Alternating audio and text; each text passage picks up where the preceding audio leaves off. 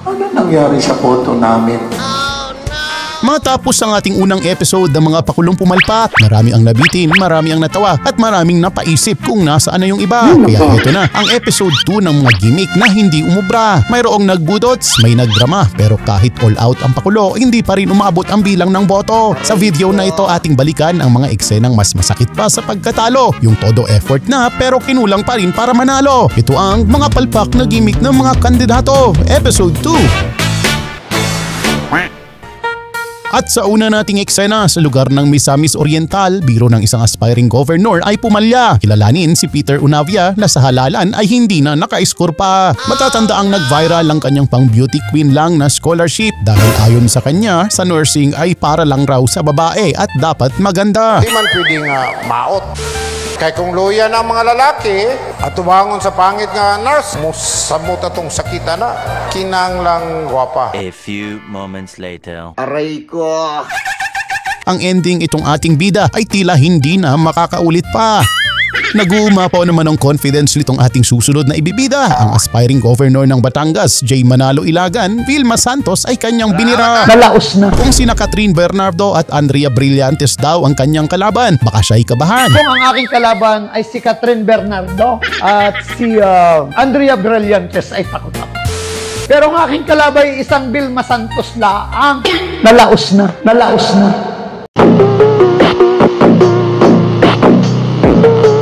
Be, sa'yo. Talo. Aba, teka parang may mauunang malalaos. O siya, atin namang pakinggan kung ano nga ba ang kanyang plano kung sakaling siya ang nanalo. O ang governor na 24 hours ang serbisyo. Bobo ka. Tanggap ko yun. At heto na nga ang pambato ng Team Kaya, Junjun Concepcion, todo giling, todo action. Parang dance floor ang kampanya, may pa-indak, may pa-kembot, baka sakaling makaisa.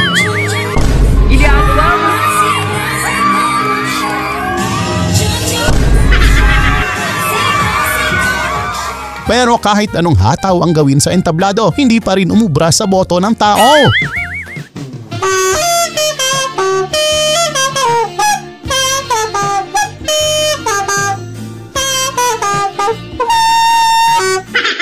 Susunod sa ating talent portion, si Aramina muli sa Team Kaya. May pasayaw, may pakanta, parang concert lang sa barangay nila.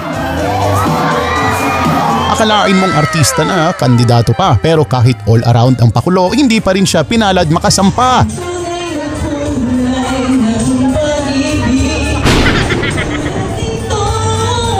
Aba, nakakadalawa na ang ating Team Kaya. Kaya pa ba? Siyempre hindi mawawala sa Team Kaya si Attorney Ian Sia. Ang matiwasay niyang pangangampanya tumagilid dahil sa birong binitawan niya. Minsan sa isang taon, ang mga solo parent na babae na nireregla pa, huwag mong subukan. Nay, malinaw, nireregla pa. At nalulungkot, minsan sa isang taon, pwedeng sumiping ho sa akin. Wow, sobra man mang pogi, bossing. Talaga namang hindi kinaya nitong ating bida nang makarating ito sa Comelec at disqualified siya. Ang mga babae ay dapat igalang at mahalin. Dapat igalang at mahalin. Minsan sa isang taon, pwedeng sumiping ho sa akin. At ito na nga ang cookie ni Mocha, pero tila hindi ito naging panlasang masa. Todo effort sa kampanya, may pasabog at paandar, pero sa dulo ng halalan kulang pa rin sa asukar. Aray ko!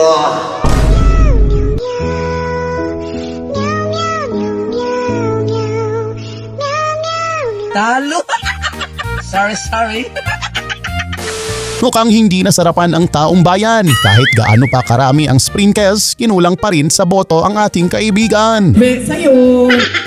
Sunod naman si Pia Cabral ng Taytay Rizal. Todo effort sa content mula sa trip sa mga hayop hanggang sa kakaibang gupit ni Kuya. Ibang trip to. Bad trip. First grade pa rin to, ya? Oo, ano yan? B-cup. A few moments later.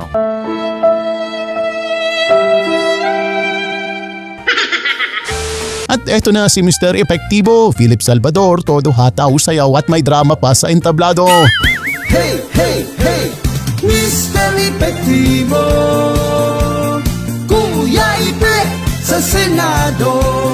Pero teka, epektibo nga ba talaga? Kasi sa bilangan, tila siya'y napag-iwanan. Susuportahan niyo po ba ako? Totoo ba yan? Teka muna, paano naman ako? Aray ko. Talo. Sorry. Nagpakitang gilas man sa entablado pero sa boto hindi naging epektibo ang estilo. Pero itong si Mr. Epektibo nagtataka sa resulta. Ano nga ba daw ang nangyari sa boto nila? Ano nangyari sa boto namin? Huwag kayo iyak. Ang makakasagot lang nun, ang COMELEC. Sila lang makakasagot. Wala akong sinasabing gumawa sila ng anomalya. Pero karapatan ng taong bayan na malaman kung ano talaga ang nangyari. Ang aspiring mayor ng Pasay, Wawi Manguera, hindi pinalad makaangat dahil sa matapang niyang banat. Sa halip na tanggalin ang iba, siya ang tinanggal ng taong bayan. Tanggalin na natin ang Bombay! Para wala nang amoy sibuyas na naiiwan sa Pasay din.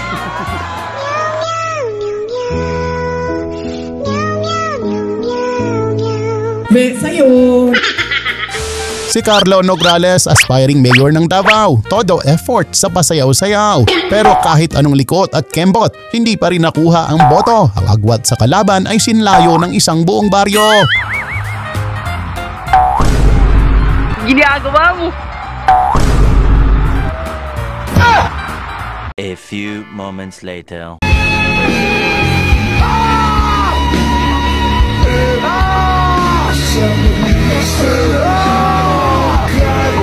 Talo. Sorry.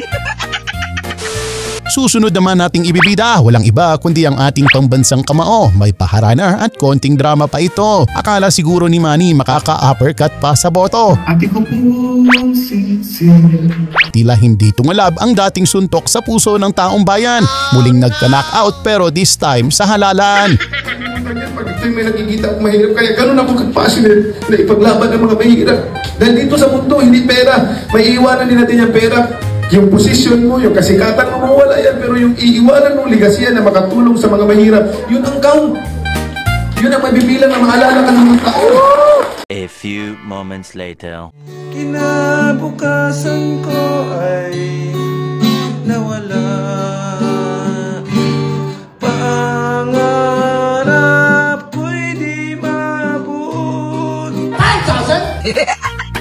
At matapos ang lahat ng sayawan, kantahan at kung ano-anong kalokohan, ang leksyon, hindi lahat ng maingay may laman. Maraming sumubok dumaan sa liko-likong diskarte. Pero sa huli, diretsyong intensyon at malinis na hangarin pa rin ang pinipili ng marami. Dahil sa politika, hindi lang puso at pakulo ang puhunan. Dapat may utak at gawa rin sa likod ng pangalan. Hindi sapat ang gumimik, dapat may dalang solusyon, hindi lang kasiyahan. Kaya sa susunod, bago tayo mapaindak sa pakulo ng mga kandidato, tanungin natin kung ito ba ay para sa bayan o para sa kamera lang. At dito na nagtatapos mga eksenang hitik sa kaganapan. Sa ating paghahanap, good vibes ang natagpuan. Kaya huwag kalimutang mag-subscribe at mag-like para laging updated sa mga kwelang eksena. Hanggang sa muli mga tropa!